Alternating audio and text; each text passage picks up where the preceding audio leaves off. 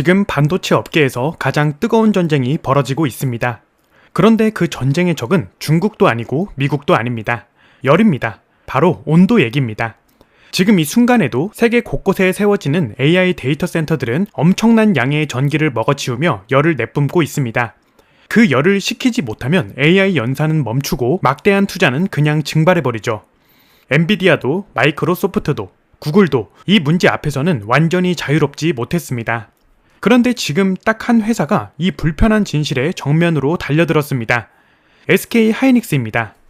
SK 하이닉스가 최근 업계를 완전히 뒤집어 놓을 기술 하나를 세상에 공개했습니다. 이름하여 IHBM, 우리말로 풀면 냉각 기능이 통합된 HBM이라고 할 수 있는데요. 이게 왜 대단하냐고요? 발열을 기존 대비 무려 30% 이상 줄여버립니다. 숫자만 들으면 꽤 줄었네 하고 넘길 수 있는데요. 지금부터 이 30%라는 숫자가 왜 반도체 업계 전체를 들썩이게 만드는지, 그리고 이 기술 하나가 엔비디아와 빅테크들에게 얼마나 막대한 이익을 가져다 주는지 제대로 뜯어보겠습니다. 오늘 이 영상 끝까지 보시면 SK 하이닉스를 바라보는 시선이 달라지실 겁니다. 지금 바로 시작합니다. 먼저 HBM이 뭔지 아주 짧게 짚고 넘어가겠습니다. HBM은 초고속 대역폭 메모리입니다. 쉽게 말하면 AI 연산의 핵심인 GPU 옆에 딱 붙어서 어마어마한 양의 데이터를 초고속으로 넘겨주는 역할을 하는 메모리예요. 제미나이가 질문에 답하고 이미지 생성 AI가 그림을 그리고 자율주행 차량이 주변을 인식하는 그 모든 순간 HBM이 없으면 아무것도 안 돌아갑니다. 그런데 HBM에는 구조적으로 치명적인 약점이 하나 있습니다.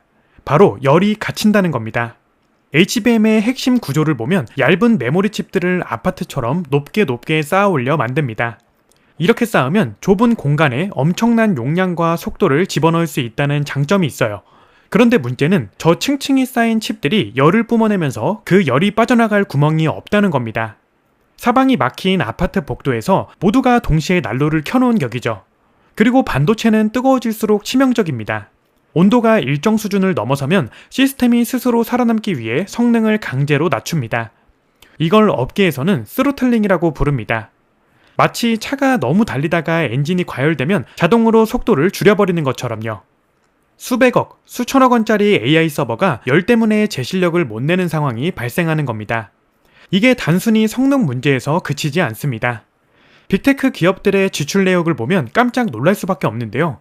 마이크로소프트, 구글, 메타, 아마존 같은 기업들이 AI 데이터 센터를 운영하면서 쓰는 전기비의 상당 부분이 사실 컴퓨터를 돌리는 데 쓰이는 게 아닙니다. 그 컴퓨터들을 식히는 냉각 시스템, 쉽게 말해 초대형 에어컨을 돌리는 데 소비됩니다. 업계 전문가들의 분석에 따르면 대형 데이터 센터 전력 소비의 30에서 40%가 냉각에 쓰인다는 추산도 있습니다. 데이터 센터 하나 짓는데 조단위 투자를 하는데 그 전기의 거의 절반 가까이가 그냥 공기시키는 데 날아가고 있다는 얘기입니다.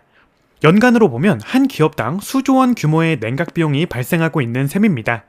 그리고 이 문제는 앞으로 갈수록 더 심해집니다. AI 모델들은 계속해서 커지고 있습니다. 챗 GPT 3.5에서 GPT-4로, GPT-4에서 GPT-5로 올라갈수록 모델 크기는 기하급수적으로 커집니다. 더 큰 모델을 돌리려면 더 많은 GPU가 필요하고 GPU가 많아지면 HBM도 더 많이 붙어야 하고 그럼 열은 더 많이 납니다. 악순환의 연속이죠. 결국 이 상황이 반도체 업계가 직면한 현실입니다. 성능은 더 올려야 하고 열은 더 나고 냉각 비용은 하늘 높이 치솟고 이 세 가지 모순을 동시에 해결하지 못하면 AI 인프라 확장에는 물리적인 한계가 오게 됩니다. 엔비디아가 아무리 뛰어난 GPU를 만들어도 그 GPU를 시키지 못하면 그림의 떡인 셈이죠. 바로 이 지점에서 SK 하이닉스가 등장합니다. 이 막혀있던 벽을 뚫을 기술을 들고 나타난 겁니다. 다음 챕터에서는 그 기술, IHBM의 실체를 정확하게 파헤쳐 보겠습니다. 이름부터 다시 한번 짚겠습니다. IHBM, 냉각이 통합된 HBM입니다. 기존 HBM과 이름이 비슷하니까 그냥 조금 개선된 버전이겠거니 하실 수 있는데요. 천만의 말씀입니다. 이건 냉각에 대한 접근 방식 자체가 근본부터 다릅니다. 왜 그런지 지금부터 차근차근 설명드리겠습니다. 기존 HBM 냉각 방식을 먼저 보겠습니다. 지금까지는 HBM에서 열이 나면 그 열을 HBM 외부에서 간접적으로 식혔습니다. 칩 바깥에 냉각판을 대거나 액체 냉각 시스템을 써서 주변 온도를 낮추는 방식이었죠. 이건 마치 방 안에서 불이 나는데 방문 앞에 선풍기를 가져다 놓는 것과 같은 방식입니다. 불을 직접 끄는 게 아니라 불 근처 공기를 시원하게 만들어 보겠다는 접근이죠. 그런데 IHBM은 완전히 다릅니다. 불이 나는 바로 그 자리에 직접 소화기를 들이댑니다. 구체적으로 어떻게 하냐면요. HBM 내부에서 열이 가장 집중적으로 발생하는 지점이 있습니다. 이걸 업계에서는 D2D 피지컬 레이어 영역이라고 부릅니다. D2D는 칩과 칩 사이를 뜻하고 피지컬 레이어는 물리적 통신 인터페이스를 말합니다. 쉽게 설명하면 층층이 쌓인 메모리 칩들이 서로 데이터를 주고받는 통로, 그 연결 지점이 바로 D2D 피지컬 레이어입니다. 데이터가 가장 많이 오가는 곳이니 당연히 열도 가장 많이 납니다. 전철역으로 치면 강남역 같은 곳이죠. 사람이 제일 많이 몰리는 곳. 이 지점의 온도가 폭발적으로 올라가면서 전체 HBM 성능을 끌어내리는 주범 역할을 해왔습니다. SK 하이닉스가 한 일은 이겁니다. 바로 그 D2D 피지컬 레이어 영역, 열이 가장 심하게 나는 그 정확한 자리에 아이스라는 걸 직접 심어버린 겁니다. 아이스는 일체형 냉각 요소입니다. 그리고 이 아이스의 소재가 핵심인데요. 실리콘으로 만들었습니다. 왜 실리콘이냐고요? 실리콘은 열 전도율이 매우 뛰어납니다. 열을 빠르게 흡수해서 외부로 내보내는 능력이 탁월하죠. 게다가 반도체 공정에서 이미 수십 년간 써온 소재라서 기존 제조 공정과의 호환성도 완벽합니다. 낯선 신소재를 억지로 끼워 넣는 게 아니라 반도체 공정이 원래 가장 잘 다루는 소재로 냉각 문제를 해결한 겁니다. 결과가 어떻게 나왔을까요? 열 저항을 기존 대비 30% 이상 감소시키는 데 성공했습니다. 열 저항이라는 건 쉽게 말해 열이 빠져나가기 얼마나 어렵냐, 그 저항의 정도입니다. 이 수치가 낮을수록 열이 더 빠르고 쉽게 빠져나간다는 뜻이고요. 30% 감소라는 건 기존의 열이 10만큼 쌓였다면 이제는 7 수준으로 줄었다는 얘기입니다. 반도체 업계에서 이 정도 수치 개선은 결코 쉬운 일이 아닙니다. 단순히 조금 개선된 게 아니라 구조적인 혁신이 있어야 가능한 수준입니다. 그런데 여기서 끝이 아닙니다. 이 기술에는 또 하나의 결정적인 강점이 있습니다. 바로 양산성, 즉 실제로 대량으로 만들 수 있느냐의 문제입니다. 아무리 실험실에서 대단한 기술을 만들어도 공장에서 수율이 나오지 않으면 그건 그냥 논문 속 이야기로 끝납니다. 반도체 업계에서 이런 사례는 한두 번이 아닙니다. 기술은 완벽한데 양산 단계에서 무너지는 경우가 너무 많았죠. SK 하이닉스의 IHBM은 이 문제를 어떻게 해결했을까요? 바로 자사가 이미 세계 최고 수준으로 완성시킨 공정기술 어드밴스드 MR 머프를 그대로 활용했습니다. MR 머프는 칩을 쌓을 때 칩 사이 공간을 특수 소재로 채워 넣는 공정 방식입니다. SK 하이닉스가 HBM 시장에서 경쟁사들보다 빠르게 앞서 나갈 수 있었던 핵심 비결 중 하나가 바로 이 MR 머프 공정이었습니다. IHBM은 이 검증된 공정 위에 아이스를 통합하는 방식으로 설계됐기 때문에 새로운 제조 라인이나 완전히 새로운 설비 투자 없이도 기술 구현이 가능합니다. 기술 혁신과 경제성을 동시에 잡은 겁니다. 이게 왜 중요하냐면요. 새 기술이 나왔을 때 고객사들이 가장 먼저 묻는 게 두 가지입니다. 첫째, 정말 잘 되냐? 둘째, 얼마나 빨리, 얼마나 많이 만들 수 있냐? IHBM은 두 질문 모두에 자신있게 답할 수 있는 기술입니다. 그리고 이 기술이 실제로 시장에 풀렸을 때 가장 크게 환호하는 곳이 어디냐는 게 오늘 영상의 핵심입니다. 엔비디아 그리고 빅테크들입니다. 지금부터 이 수혜 구조를 정밀하게 분석해드리겠습니다. 먼저 엔비디아 입장에서 생각해봅시다. 엔비디아는 지금 AI 반도체 시장의 절대 강자입니다. H100, B200, 그리고 앞으로 나올 차세대 GPU들, 전 세계 AI 업체들이 줄을 서서 기다리는 물건들이죠. 그런데 이 엄청난 GPU들도 HBM의 발열 문제 앞에서는 제 실력을 100% 발휘하지 못했습니다. 이게 무슨 뜻이냐면요. 엔비디아가 GPU를 설계할 때 발열 한계치를 항상 감안해야 했습니다. 너무 성능을 끌어올리면 HBM이 버티질 못하니까요. 마치 자동차 엔진을 더 강하게 만들고 싶은데 타이어가 그 속도를 버티지 못할까봐 엔진 출력을 일부러 낮춰놓은 것과 같은 상황입니다. IHBM이 등장하면 이 제약이 사라집니다. 발열 한계선이 30% 이상 뒤로 물러나는 겁니다.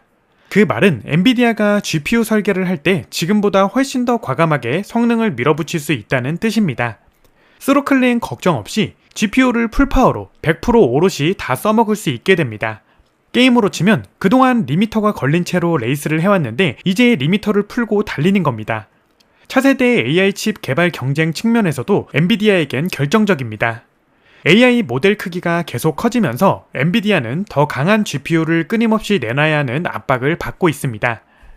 더 강한 GPU는 더 많은 연산을 하고 더 많은 연산은 더 많은 열을 의미합니다.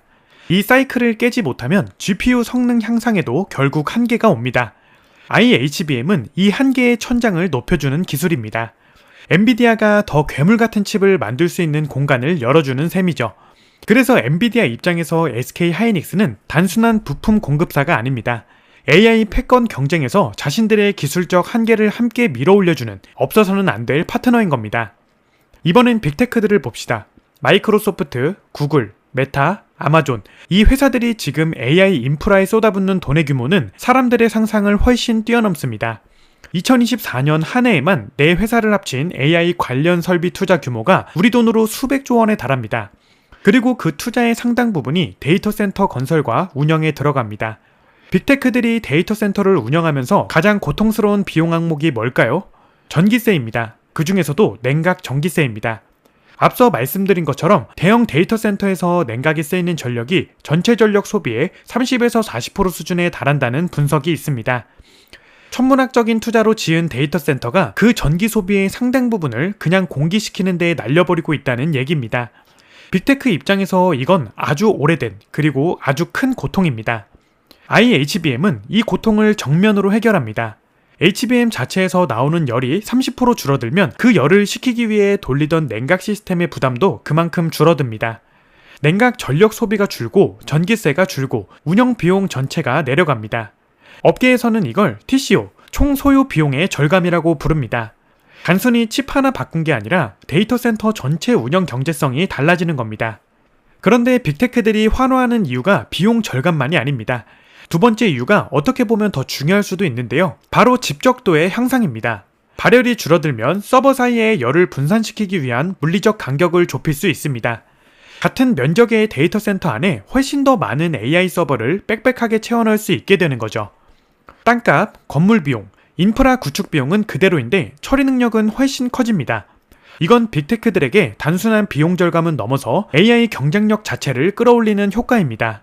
그리고 결정적으로 IHBM의 가장 강력한 무기가 하나 더 있습니다. 호환성입니다. IHBM은 기존 AI 서버 시스템 설계와 완전히 호환됩니다. 빅테크들이 기존에 구축해놓은 데이터 센터 인프라, AI 서버 설계 구조를 통째로 바꿀 필요가 없습니다. 그냥 기존 HBM이 꽂혀있던 자리에 IHBM을 끼워 넣으면 됩니다. 이게 왜 혁명적이냐고요? 새로운 기술이 나왔을 때 기업들이 가장 무서워하는 게 마이그레이션 비용입니다. 새 기술을 도입하려면 기존 시스템 전체를 갈아엎어야 하고 그 과정에서 막대한 추가 비용과 시간이 들죠. 이 장벽 때문에 아무리 좋은 기술도 도입이 늦어지는 경우가 허다합니다. 그런데 IHBM은 그 장벽 자체가 없습니다. 칩만 교체하면 됩니다. 기존 시스템 그대로, 기존 설계 그대로, 기존 소프트웨어 그대로, 그 위에서 발열은 30% 줄고 성능은 올라가고 운영 비용은 내려갑니다. 빅테크 입장에서 이건 거절할 이유가 없는 제안입니다. 리스크는 제로에 가깝고 이익은 즉각적으로 명확합니다. 지금 이 순간 엔비디아와 빅테크의 구매 담당자들이 SK 하이닉스 문을 두드리는 이유가 바로 여기에 있습니다. 잠깐 여기서 채널 구독을 아직 안 하시는 분들께 한 말씀 드릴게요. 이런 내용 어디서 쉽게 접하기 어렵습니다. 반도체와 AI 투자 흐름을 이 채널에서 계속 정밀하게 다루고 있으니까 구독 버튼 한 번만 눌러주시면 다음 영상도 놓치지 않으실 수 있습니다. 좋아요도 하나 눌러주시면 이 영상이 더 많은 분들께 닿을 수 있습니다. 부탁드립니다. 자, 그럼 마지막 챕터입니다. 이게 투자자들에게 뭘 의미하는지 결론을 내려드리겠습니다. 이제 가장 중요한 질문을 드릴 차례입니다. 이게 투자자로서 우리에게 무엇을 의미하는가? 먼저 큰 그림부터 보겠습니다. HBM 시장은 지금 폭발적으로 성장하고 있습니다. AI 투자 열풍이 수그러들 기미가 전혀 보이지 않고 AI 모델은 계속해서 커지고 있으며 그에 따라 고성능 HBM에 대한 수요는 앞으로도 가파르게 올라갈 수밖에 없습니다. 이건 단기 트렌드가 아닙니다. 향후 5년, 10년을 바라보는 구조적 성장 산업입니다. 그 시장에서 지금 SK 하이닉스가 무엇을 하고 있는지를 봐야 합니다. HBM 시장에서는 3개의 주요 플레이어가 있습니다. SK 하이닉스, 삼성전자, 그리고 미국의 마이크론입니다. 그런데 지금 이 세 회사 간의 기술력 격차는 단순한 수준이 아닙니다. 특히 SK 하이닉스와 나머지 두 회사의 사이에는 상당한 차이가 벌어져 있다는 게 업계 전문가들의 공통된 분석입니다.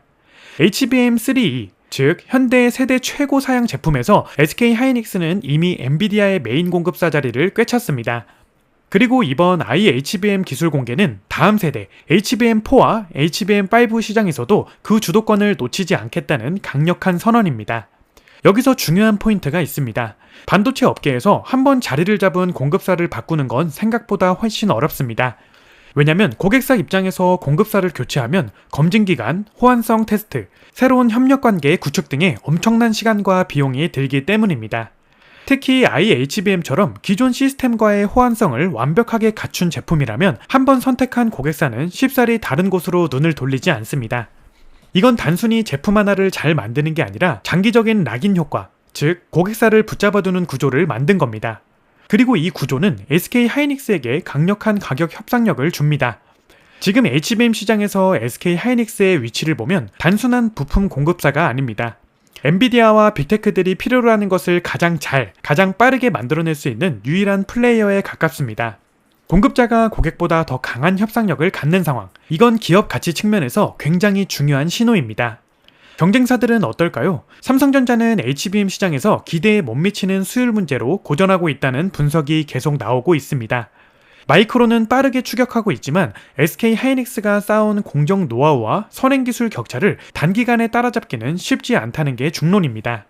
IHBM처럼 양산성까지 확보한 기술을 경쟁사들이 동등한 수준으로 구현하기까지는 상당한 시간이 필요할 것으로 전문가들은 보고 있습니다. 즉, SK 하이닉스는 지금 경쟁자들보다 두세 발 앞에 서 있다는 얘기입니다. 한 가지 더 주목해야 할 부분이 있습니다.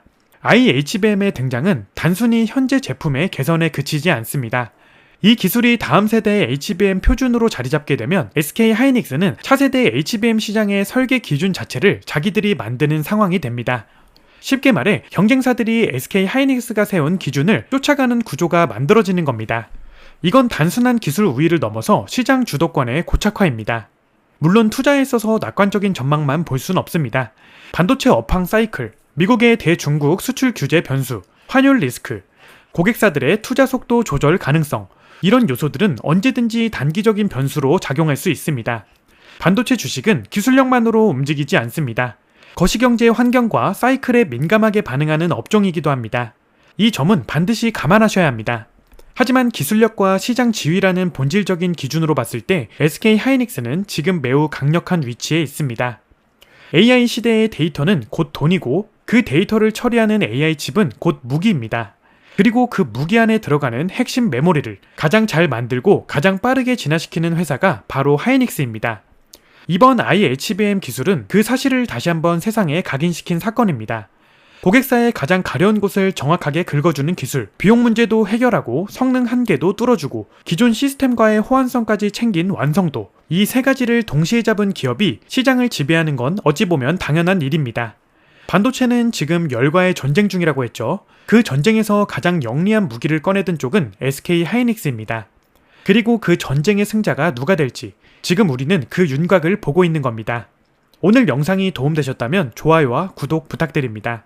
이런 반도체 AI 투자 분석 영상을 꾸준히 올리고 있으니까 알림 설정까지 해두시면 다음 영상도 바로 받아보실 수 있습니다. 댓글로 궁금하신 점이나 다음에 다뤄줬으면 하는 주제에 남겨주시면 최대한 반영하겠습니다. 여기까지 시청해주셔서 진심으로 감사드립니다. 다음 영상에서 또 뵙겠습니다.